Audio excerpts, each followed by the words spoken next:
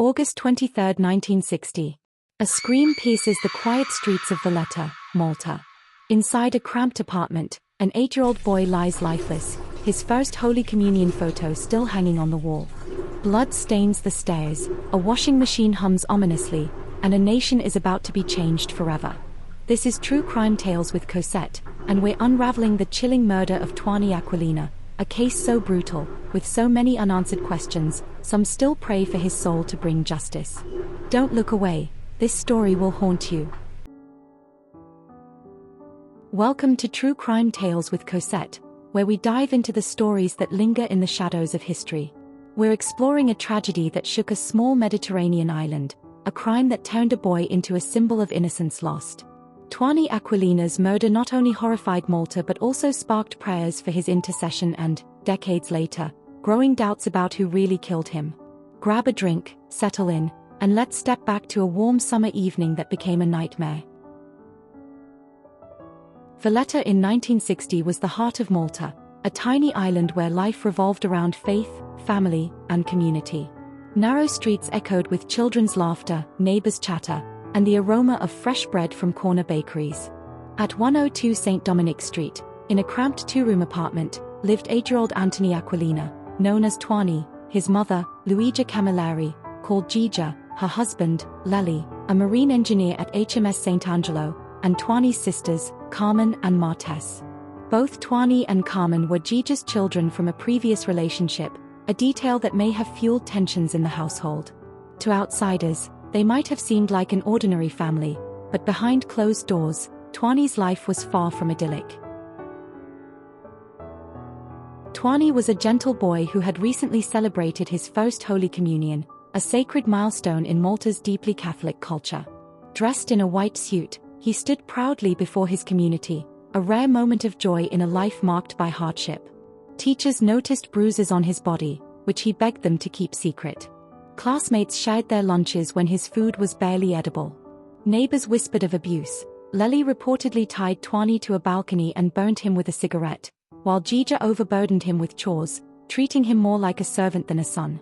In 1960s Malta, child welfare was rarely addressed, and social norms discouraged interference in family matters, leaving Twani vulnerable in a home where love was scarce. On August 23, 1960, as the sun set over Valletta's golden limestone, a call reached a policeman on Strada Stretta around 7:45 p.m. A boy had reportedly fallen and died at 102 St. Dominic Street. Constable Carmelo Attard arrived, expecting a tragic accident. Instead, he found a scene of unimaginable horror. Twani lay lifeless on the kitchen floor, surrounded by a pool of blood. His small body bore signs of extreme violence: 3 deep lacerations to his skull, likely caused by a heavy deadbolt, numerous scratches across his skin, and a throat slit so deeply it nearly severed his head. Medical experts confirmed he was still alive, possibly unconscious, when the fatal cut was made, as his heart had emptied its chambers. A blood-stained bread knife was found in a kitchen drawer, debunking claims of a fall.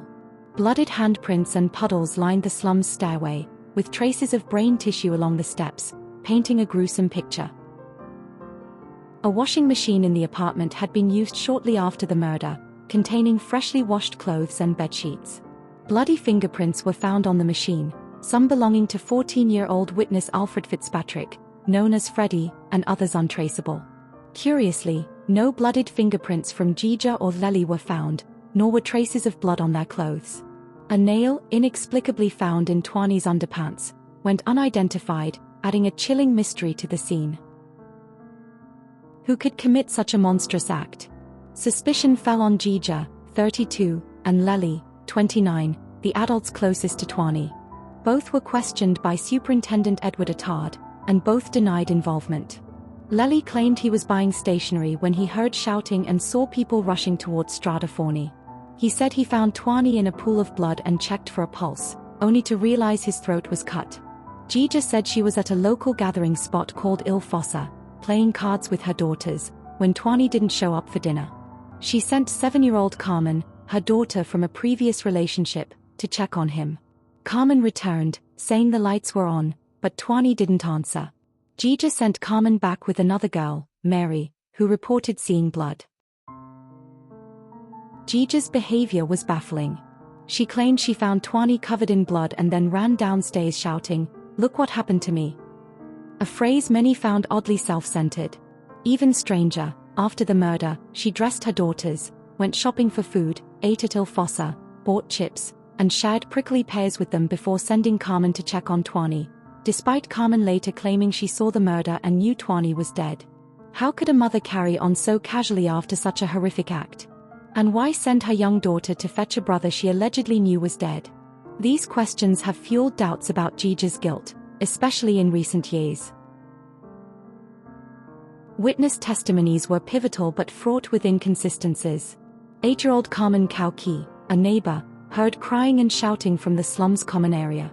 Freddie, the 14-year-old witness, said he saw Ġiġa lifting a motionless Twani from the stairs, hearing a faint moan and a metal object hitting the ground, possibly the deadbolt or knife. Freddie later found Twani's body through an open kitchen door, touched him, and left without speaking, even when he came face-to-face with a policeman knocking on a neighbor's door. His bloody fingerprints on the washing machine raised questions about his involvement, though he was never charged. Twani's sister, Carmen, gave a chilling account, claiming she saw her mother with a bread knife near Twani's body after he was beaten for touching Leli's tools. But in court, she recanted, declaring everything she said was untrue, casting doubt on her testimony. 2 other witnesses were jailed during the trial for confusing jurors with contradictory statements. Forensic evidence deepened the mystery. Scratches on Twani's body didn't match Ġiġa's or Leli's fingernails, which showed no traces of skin or blood. No blood was found on their clothes, and the nail in Twani's underpants remained unidentified. A rumor circulated that the autopsy doctor found signs of a sexual attack by a man on Twani's body, but in court, the doctor denied saying this, leaving the claim unverified. These gaps left many wondering if the full truth had been uncovered. On February 25, 1961, Ġiġa and Leli faced trial in a case that gripped Malta. Initially held behind closed doors, the 17-day trial revealed shocking details when made public. The prosecution argued Ġiġa and Leli resented Twani and Carmen, Ġiġa's children from a previous relationship, possibly fueling their hostility. Evidence included bloodstains, the knife, the washing machine's use, and witness accounts. But the lack of direct forensic links, no blood on their clothes, no matching fingerprints, combined with Carmen's recantation and jailed witnesses, left room for doubt. The brutality made motive almost irrelevant, yet the case wasn't airtight. The public was outraged. Twani's first Holy Communion photos became iconic, with some circulating holy pictures and praying for his intercession, believing his innocent soul could act as a martyr. Ġiġa herself, in a rare 1993 interview with the church newspaper Il-Gens, claimed, "My son is a martyr. He is a saint. If you want to be granted some grace, pray for his intercession," insisting she didn't kill him. "How can a mother kill her son?" she asked. Most saw her as guilty at the time, and the prayers for Twani reflected Malta's Catholic faith, turning him into a symbol of purity, akin to ex-votos at Marian shrines. Ġiġa was sentenced to death, later commuted to life imprisonment. Leli received 20 years with hard labor. But in 1971, Ġiġa walked free after just 10 years, sparking controversy. Over time, public opinion shifted. A 2012 Xarabank interview with Carmen, now living in Australia, intensified doubts. She claimed she lied in court, saying she saw a young man standing over Twani's body, not her mother, and cited unmatched fingerprints. She pleaded for truth to free her family from stigma, saying, "We want to live our last days in peace, not shunned as though we carry a disease."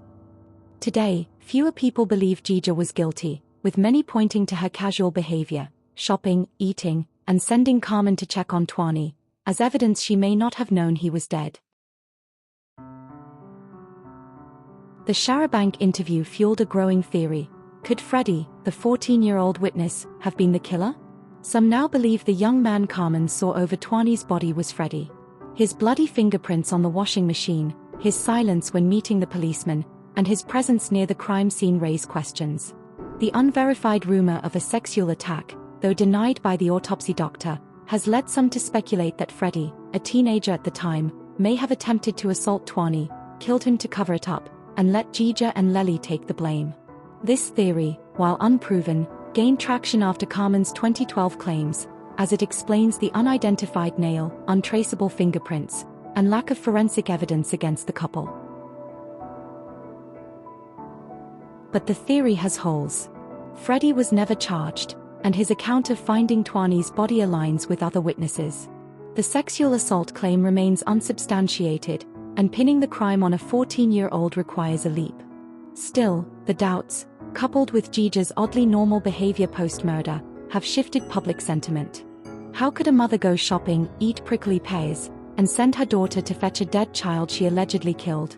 And why would Carmen, at 7, claim to witness the murder, then recant, and later say she saw another suspect? These contradictions keep the case alive in Malta's collective memory. Twani's murder left a lasting scar on Malta, exposing child abuse in a society where family matters were private. It drew Scotland Yard's assistance, a rare move for a Maltese case. Former Police Commissioner Ramond Zammit dedicated his book to abused children, noting the stigma Twani's relatives, including Carmen, still face. "People whisper when we pass," one said. Crime historian Attard called it one of Malta's most brutal murders, amplified by Twani's age and recent communion. The apartment at 102 St. Dominic Street remains empty, rumored to be haunted. The holy pictures of Twani fueled a quiet devotion, with some praying for his intercession, believing his soul could bring justice. The case's unanswered questions linger. The unidentified nail, untraceable fingerprints, the unverified sexual attack rumor, Carmen's recantation, and Ġiġa's casual demeanor. Was Freddie involved, or was he just a scared teenager caught in a tragedy? Did Ġiġa and Leli pay for a crime they didn't commit, or were they guilty despite the forensic gaps? The Xarabank interview has kept these debates alive, with many now questioning whether justice was truly served. Twani's story is a haunting reminder of children's vulnerabilities, even in tight-knit communities. His first Holy Communion, a moment of joy, stood in stark contrast to his suffering. The washing machine, the nail, the scratches, and conflicting testimonies leave us questioning what really happened. The prayers for Twani's intercession reflect a community's need for meaning, transforming a boy's tragedy into a call for compassion. Malta has strengthened child protection laws since, but Twani's case urges vigilance. His memory endures in Valletta's streets, in holy pictures, and in unanswered questions. Who really killed Twannie Aquilina? Share your thoughts in the comments. What do you make of the Freddie theory or Ġiġa's innocence? If you're new to True Crime Tales with Cosette, subscribe for more stories that uncover history's darkest truths. Stay curious, and stay safe. Sources are linked in the description. If you found this story compelling, give it a thumbs up, share it, and tell me what case you'd like next.